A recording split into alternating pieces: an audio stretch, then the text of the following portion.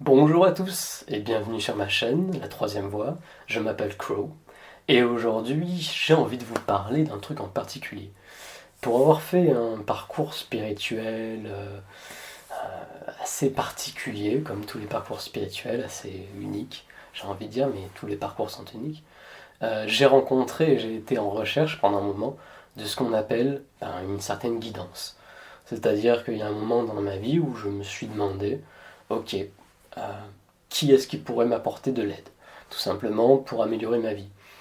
Et encore une fois, cette guidance, elle peut venir d'un ami, elle peut venir bah, d'un maître spirituel, peu importe sa nature. Elle peut venir d'un gourou, elle peut venir d'une organisation, elle peut venir d'une association, peu importe. On cherche tous à un moment donné de notre vie, lorsqu'on se sent un peu perdu, une guidance, qu'elle soit intérieure ou extérieure.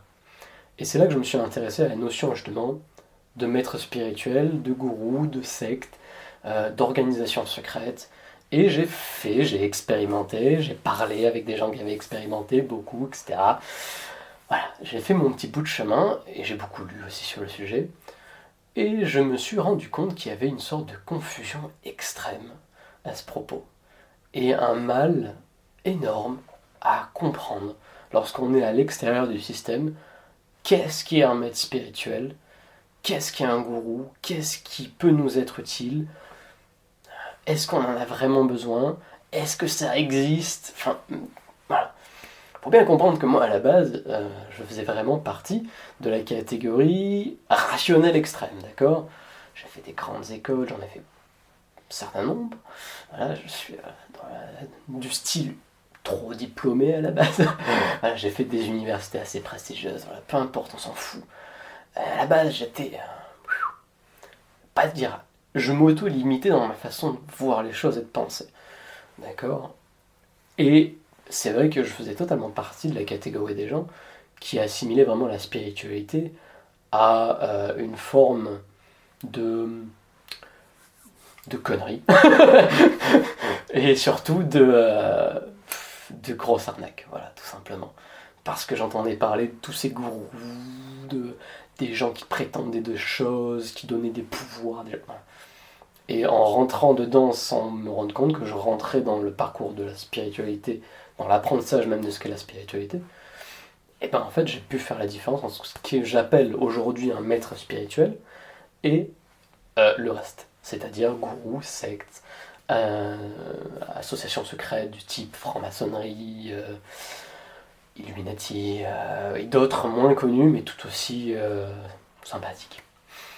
Alors, encore une fois, il ne s'agit pas d'opinion, il ne s'agit pas de jugement.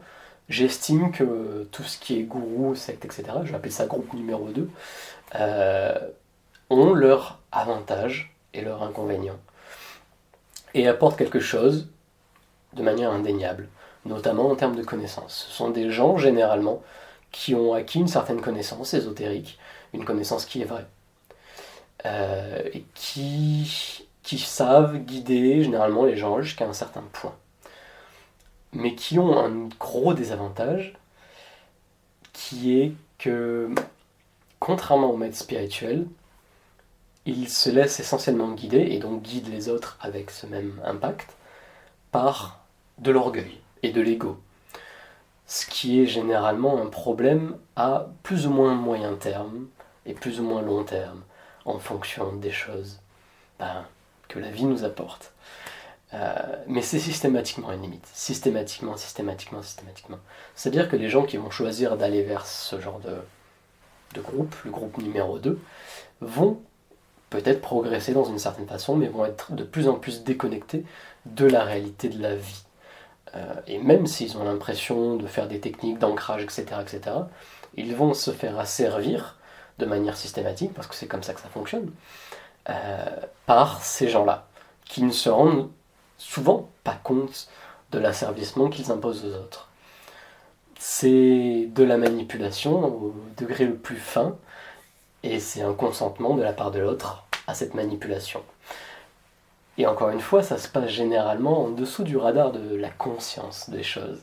Donc c'est très subtil. Y aller et s'investir dans ce genre de choses et espérer ne pas se faire avoir par le procédé manipulatif, c'est une illusion complète. mais je vous invite à le tester si vous en avez envie. Le fait est que ces gens-là vont toujours avoir la même impression. Je vais le noter là même, comme ça va faire un petit encadré. Ils ont donc toujours la même impression, c'est d'avoir la possibilité de contrôler la vie, que ce soit à un niveau ou à un autre. C'est-à-dire que ça va être des gens qui vont prouver ou avoir envie de prouver leur maîtrise à travers certains pouvoirs psychiques, certaines capacités de maîtrise de l'énergie, certaines capacités de responsabilisation. Donc du coup, ils vont se sentir investis d'une mission. Et de cette mission, ils vont dire, oui, il faut que j'agisse pour que les choses se fassent. Donc ils vont dire que leur voix est sacrée. Ils vont se dire que si vous les rejoignez, vous rejoignez la plus grande des voix. Ils vont dire que, oui, regardez toute cette noirceur dans le monde, c'est à moi d'agir. Voilà. Un des ordres les plus connus pour ça, c'est l'ordre des Templiers, je crois, pour ça, qui sont vraiment dans une idée d'avoir une sorte de prestance, de mission divine pour manipuler l'énergie et puis créer le bien. Voilà. C'est un orgueil sans nom, d'accord, mais c'est le principe. C'est sûr que quand je le présente comme ça paraît pas si extraordinaire que des gens ne se rendent pas compte de l'ampleur de l'orgueil que ça peut être. Mais comprenez bien que ce sont des gens qui ont découvert l'existence de la spiritualité à un certain niveau, et qui ont découvert effectivement l'impact qu'ils pouvaient avoir sur le monde. Et du coup, ils se sont dit, mais dans ce cas-là, je peux modifier le monde pour qu'il soit un meilleur endroit. Mais c'est là que l'orgueil et l'ego est intervenu, c'est-à-dire que considérer que la vie n'est pas parfaite, telle qu'elle est, et que les choses n'ont pas une raison d'être telle qu'elle est, c'est faire preuve d'orgueil. C'est considérer que, de notre petit point de vue, on sait mieux que la vie. Voilà. Alors dit comme ça peut paraître bête, mais beaucoup d'entre nous pensent comme ça. Personnellement, je me suis extrait du mieux que j'ai pu de cette pensée-là, et c'est vraiment pas évident. Mais ça passe par un chemin. Alors, encore une fois, je ne vous demande pas de croire que la vie c'est tout mieux que vous. Encore une fois, vous ne pouvez pas le croire, il faut le vivre si vous voulez comprendre ça. C'est quelque chose dont on prend conscience fondamentalement si on accepte de faire le chemin, et dont on prendra systématiquement conscience si on accepte de faire le chemin, mais l'entendre dire ne sert en soi pas à grand chose.